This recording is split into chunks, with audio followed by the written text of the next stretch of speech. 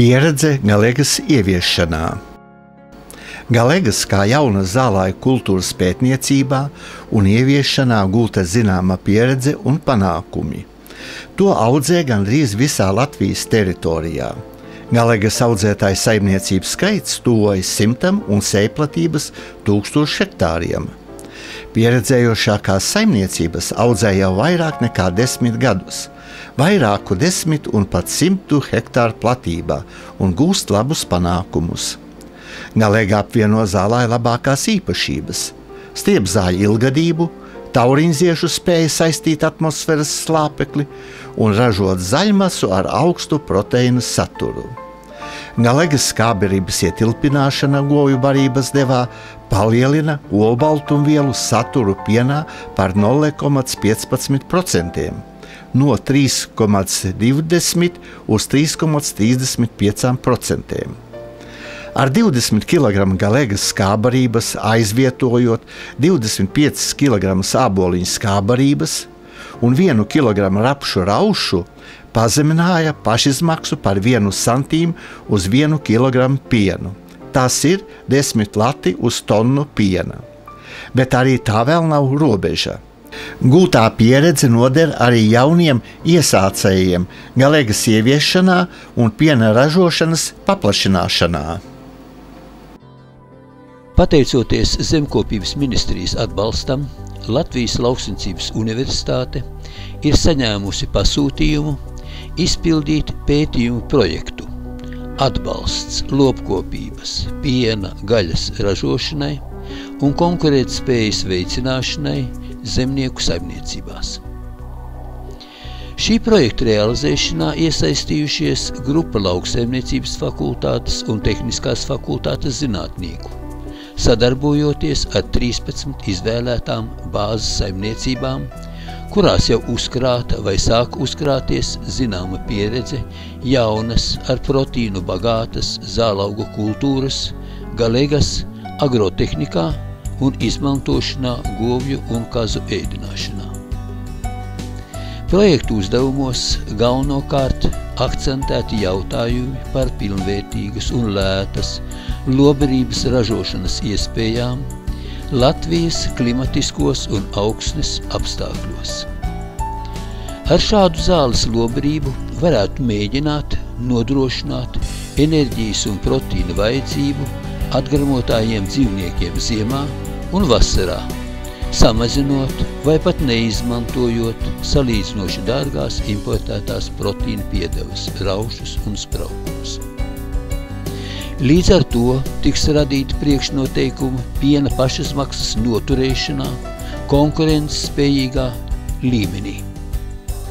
Uz to mūs mudina pašreizējā situācija piena lopkopībā pēc iestāšanās Eiropas Savienībā.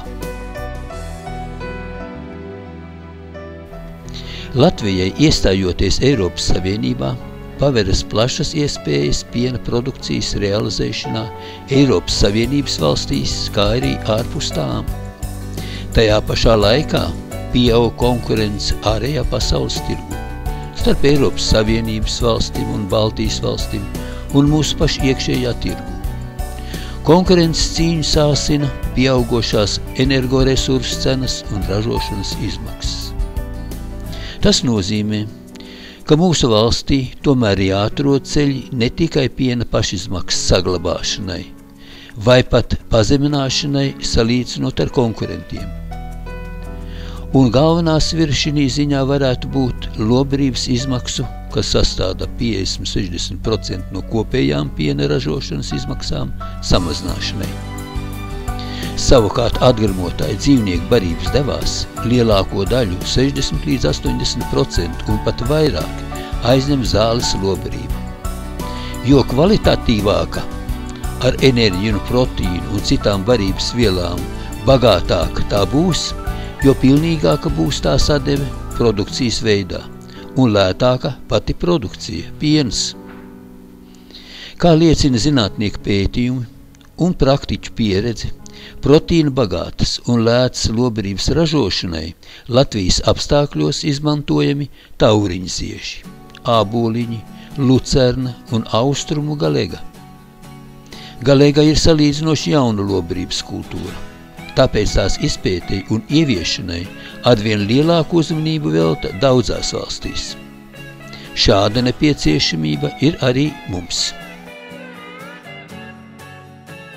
Austrumu galēgas pētniecības sākums Latvijā saistīts ar profesora Jāņa Driķa vārdu, kurš Latvijas Lauksniecības akadēmijas augkopības katedrā to sāka pētīt 1978. gadā.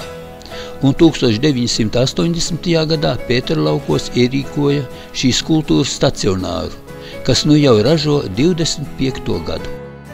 Tālāk neliels austrumu galēgas raksturojums. Šī zālaugu kultūra ir daudzgadīgs tauriņziežu dzimtas augs, kas ar savām saimnieciski un bioloģiski noderīgām īpašībām pārspēj daudzas citas vērtīgas zāles. No šīm īpašībām minēmas: galēgas ilgadībā pārspēj tādus pazīstamus un izplatītus tauriņziežus kā āboliņus un luceru.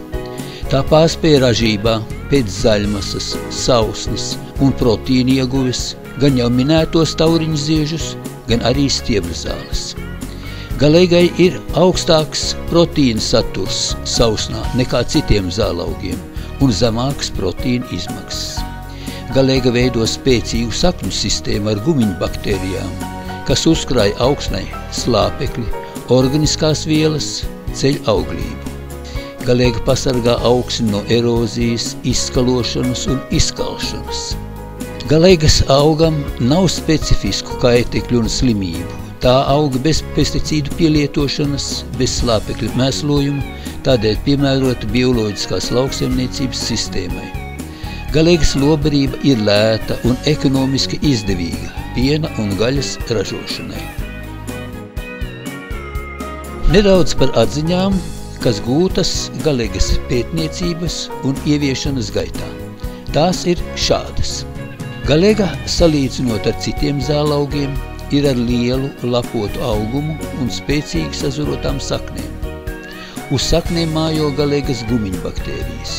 Tās saista atmosfēras slāpekļi un bagātīgi apgādā augus, nodrošinot augstu ražu. No šī aspekta agrotehniku nepieciešams virzīt spēcīgas sakņu sistēmas izveidošanai sējas un turpmākajos gados. Veģetācijas periodā tā veido spēcīgus dzinumus tekošā un nākošā gada ražai. Galēgu tomēr nedrīkst pļaut laikā no augusta vidus līdz septembra otrajai pusei. No sekojošiem attēliem redzams, kādas kuplas saknes izveidojuši galēgas augi jau pirmā gada rudenī. Cik bagātīgi saknes noklātas ar gumiņu baktērijām, kā turpmākajos gados attīstas spēcīga sakņu sistēma un kā veģetācijas periodā veidojas jauni spēcīgi dzinumi. Sadaļā vērtēšana un pieredze atspoguļota galēgas audzētāju, bāzes saimniecību, pieredze, sējumu ierīkošanā, agrotehnikā un pašu pieredzes vērtējums. Tā zemnieku saimniecībā Laumas, Rīgas rajonā, kuras īpašniece ir Maruta Bagdanoviča, galēga sāka dīgt 10. dienā pēc sējas. 25. dienā tai veidojas jau 2. un 3. īstā lapiņa. Un 14. oktobrī galēgas zelmenis izaudzis jau gandrīz cilvēkam līdz jostas vietai. Bet nākamā gada vasaras sākumā, tas ir jūnija vidū, galēga izaugusi saimniekam līdz padusēm. Līdzīga pieredze uzkrāta Cēsu rajona zemnieku saimniecībā Kundziņi, kur īpašniece Ingrīda Kāposta. Šajā saimniecībā galēga uzziedējusi jau pirmajā rudenī pēc sējas, bet nākamajā gadā pirms Jāņiem sasniegusi 1,5 metra augumu. Savukārt Talsu rajona zemnieku saimniecībā Zeltiņi, īpašnieks Ivars Kalniņš, apguvis galēgas agrotehniku un priecājas par bagātīgo zelmeni jau pirmajā sējas gadā. Bet viņa tēvs lepojas ar dēla darbu un pozitīvi vērtē galēgas audzēšanas pieredzi. Savu pieredzi un vērtējumu galēgas audzēšanā attēlos parāda Madonas rajona Sijā Stars vadītājs Jānis Kvants. Šajā attēlā redzams Galegas jaunais sējums 2004. gada jūnijā. Tad tā paša gada septembra vidū un nākošā gada 22. maijā, tas ir gadu pēc sējas. Krāslavas rajona zemnieku saimniecībā Deņeva, īpašnieki Sofija un Vladislavs Stivrini ir ar agronomisku izglītību un pieredzi. Un attēlos demonstrē savu pieredzi, kā izaudzēt galegu bioloģiskai lauksaimniecībai bez ķīmijas. Galegas lauks parādīts sējas gadā tūliņ pēc Jāņiem. Tad augusta beigās un pēc gada jūnija sākumā. Nevar nepieminēt projekta izpildes gaitā iesaistītos sadarbības partnerus, kas ar galegas audzēšanu nodarbojas jau ilgāku laiku, dažs pat 10 gadus. Viņi šos gadus sadarbojušies ar Lauksaimniecības universitāti, pārbaudījuši praksē zinātnieku ieteikumus, savstarpēji apmainījušies pieredzē un tā bagātinājuši gan teorētisko, gan praktisko zināšanu pūru. Tie ir Ēriks Kreitūzs, Limbažu rajona zemnieku saimniecības ūdri īpašnieks, kurš daudz ko iznesis uz saviem pleciem, gan galegu audzējot, gan gatavojot no tās lobarību, gan atļaujot savā saimniecībā organizēt eksperimentus dažādu lobarības veidu izēdināšanā slaucamām govīm un rezultātu ekonomiskā izvērtēšanā. Zigfrīds Baumanis, Siguldas lauksaimniecības konsultāciju biroja vadītājs, kurš vienmēr centies uztvert jauno un vērtīgo, tālāk nododot rastās idejas lauksaimniekiem. Tā tas noticis arī ar galegu. Andis Kāposts, Cēsu rajona zemnieku saimniecības kūnziņa īpašnieks. Sadarbības jomā ir bijis gan kā galegas ieviešanas atbalstītājs, gan kā apdomīgs pieredzes analizētājs, kritizējot vājos posmus galegas agrotehnikā un izceļot pozitīvo kopējo ieguldījumu. Agronoma Velta Bukovska un zootehniķe Lonija Pozņaka no Rīgas rajona Sijā Sidgunda bija vieni no drošākajiem jaunās kultūras galegas audzēšanā un iniciatīvas bagātie galegas lobarības izēdināšanā. Svarīgs posms projekta izpildes gaitā ir gūto atziņu popularizēšana un pieredzes apmaiņa. Tās palīdz pilnveidot pētījumu metodiku, pareizāk izvērtēt gūtos rezultātus, sekmīgāk realizēt pētījumu mērķus un uzdevumus un izstrādāt pasākumus ieteikumu ieviešanai praksē. Tāpēc projekta izpildes laikā tika organizēti pieredzes apmaiņas braucieni uz projektā iesaistītām saimniecībām. Viens tāds Rīgas rajona zemnieku saimniecībā Laumas redzams šajā attēlā.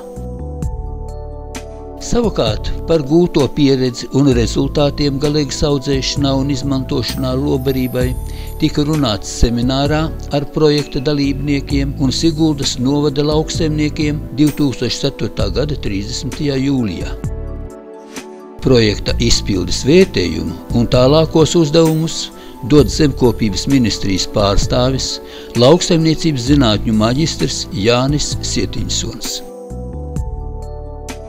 Vēlam sekmes galegas audzēšanā, uz turpmāku auglīgu zinātnes un prakses sadarbību.